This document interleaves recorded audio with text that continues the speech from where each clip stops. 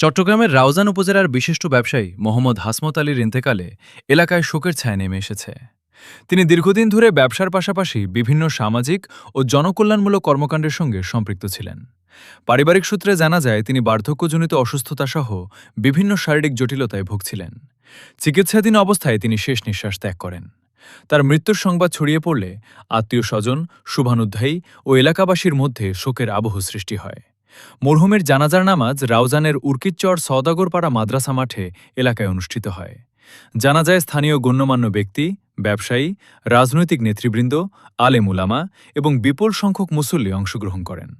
জানাজা শেষে পারিবারিক কবরস্থানে তাকে দাফন করা হয়। এ সময় উপস্থিত ব্যক্তিরা মরহুমের আত্মার মাগফিরাত কামনা করেন এবং শোকসন্তপ্ত পরিবারের প্রতি গভীর সমবেদনা জানান। স্থানীয়দের মতে মোহাম্মদ হাসমত আলী একজন সৎ, পরোপকারী ও সমাজসেবামূলক মানসিকতার মানুষ ছিলেন। তার মৃত্যুতে রাউজান এলাকার ব্যবসায়ী সমাজ ও সাধারণ মানুষের মধ্যে গভীর শোকের সৃষ্টি হয়েছে।